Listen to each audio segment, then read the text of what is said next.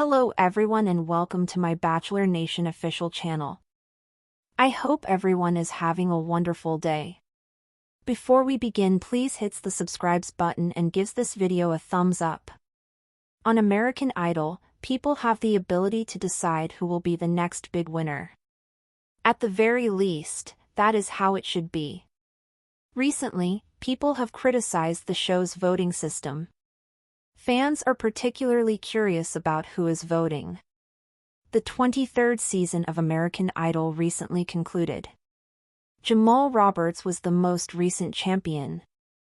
John Foster finished second, with Brianna Nix taking third place. This season included a lot of star power. This time, Luke Bryan, Carrie Underwood, and Lionel Richie served as judges. Stars such as Josh Groban and Lin-Manuel Miranda also tutored fans. In fact, rapper Jelly Roll functioned as an artist in residence. However, the winner is determined by the supporters at home, who vote. However, not all fans agree with how the votes are decided. Not all fans agreed on exactly who made up John Foster's demographics. In other words, the fan believes that, due to younger voting, the winning contestant is frequently someone who appeals to the youth demographic rather than talent alone. Of course, not every fan agreed. On the one hand, appealing to specific demographics is a crucial consideration while pursuing a career in music. However, not everyone believed that all of Foster's fans matched the demographic. Other fans had differing opinions on the topic. Some believe that reforms to the voting system are necessary. As previously noted, several fans believed that voting was unfair to folks in particular parts of the country because it was based on the East Coast airing. On American Idol, viewers hold the power to determine who will become the next big star. At least, that's the promise the show has long stood by, a democratic showcase of raw talent judged not only by an expert panel but also by the American public. The format is simple yet powerful. Contestants pour their hearts into weekly performances, and at the end of each broadcast, audiences vote. The concept thrives on the belief that talent will rise to the top and that fans, regular people from all walks of life, will choose the voice they believe deserves a shot at fame. But lately, that sacred trust in the show's democratic spirit has come under fire. Particularly during the recently concluded 23rd season, viewers across the country raised concerns about the integrity of the voting process and questioned who, exactly, holds the power to crown the next idol. The finale of season 23 was both explosive and emotional.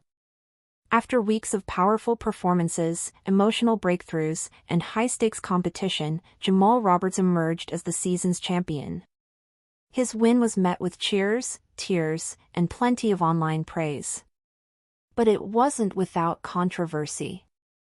While many agreed that Jamal possessed a strong voice, undeniable charisma, and star quality, others were left wondering how he managed to edge out John Foster, a contestant who had arguably the most consistent vocal performances throughout the season.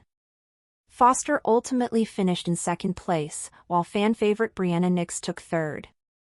All three were gifted in their own right, and all had passionate fan bases. Still, as the confetti settled on Jamal's crowning moment, murmurs of discontent began to swirl online, particularly about how the votes were counted and who was casting them. This season boasted an impressive lineup of mentors and judges. Luke Bryan returned with his Southern charm and country wisdom. Lionel Richie continued to offer heartfelt critiques and soulful encouragement. The twist came when Carrie Underwood, one of the show's most successful alumni, joined the judging panel full-time. Her presence was especially poignant. Here was someone who had once stood on the very same stage, anxiously awaiting America's decision. As a judge, she brought experience, empathy, and a high standard for vocal excellence. Alongside them, guest mentors like Josh Groban and Lin-Manuel Miranda helped shape the finalists' artistry, while rapper Jelly Roll's stint as an artist in residence added a unique layer to the competition. With so much talent guiding the contestants, it seemed all but guaranteed that the final votes would reflect genuine artistry and skill. Yet, not everyone felt that way. The voting system, long a staple of the show, became a point of contention. Historically, American Idol fans could vote via text, online, or through the show's official app. Viewers had until the end of the East Coast broadcast to make their voices heard. That system, while designed for simplicity and real-time engagement, has drawn criticism for years. Many fans have pointed out that West Coast viewers, who watch the show on a time delay, are at a disadvantage. Unless they actively follow spoilers or vote blindly before seeing the performances, they can't participate meaningfully. As a result, people in Pacific and Mountain time zones often feel sidelined from the democratic process. Season 23 amplified those frustrations. While voting issues have plagued Idol in the past, the backlash this year felt more intense and more personal. Many fans were particularly curious, some even suspicious, about who exactly had cast the most votes. For example, a vocal segment of the fanbase believed that Jon Foster had broad appeal across multiple demographics. He was a mature performer with a throwback vocal style that drew comparisons to Elvis and Roy Orbison. He often sang country ballads, gospel hymns, and classic Americana tracks, and he did so with poise and control far beyond his years.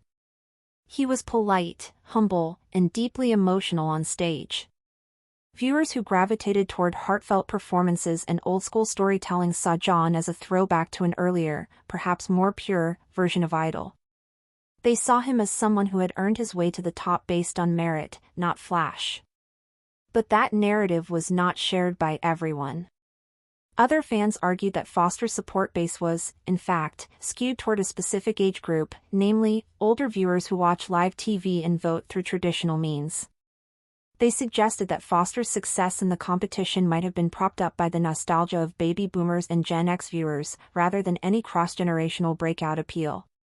On the flip side, Jamal Roberts, who had a much more contemporary R&B and pop style, was said to resonate more with younger audiences who engage via social media. His TikTok performances often went viral. His Spotify streams skyrocketed each week. And when he spoke about mental health, authenticity, and being a Black queer man navigating the entertainment industry, Gen Z audiences listened. His relatability, some said, helped fuel his win. Still, the accusation lingered that American Idol had once again chosen flash over substance. Was it fair to reduce Jamal's victory to youth appeal? To social media buzz? Not everyone thought so. In fact, many viewers saw those critiques as thinly veiled bias. They argued that Jamal had earned his win through tireless work and adaptability. Week after week, he took on challenging songs, reimagined classic hits, and made bold artistic choices. His duet with Brianna Nix during Icons Night was hailed as the performance of the season. His finale original song, Wide Awake, became an instant chart topper. So why were some fans so quick to discredit his victory? Part of the tension stems from the fact that American Idol is not purely a singing competition. It's also a popularity contest, a personality showcase, and, more recently, a digital content race. Thanks for watching. If you likes this video, do not forget to subscribe my channel and do not miss any update.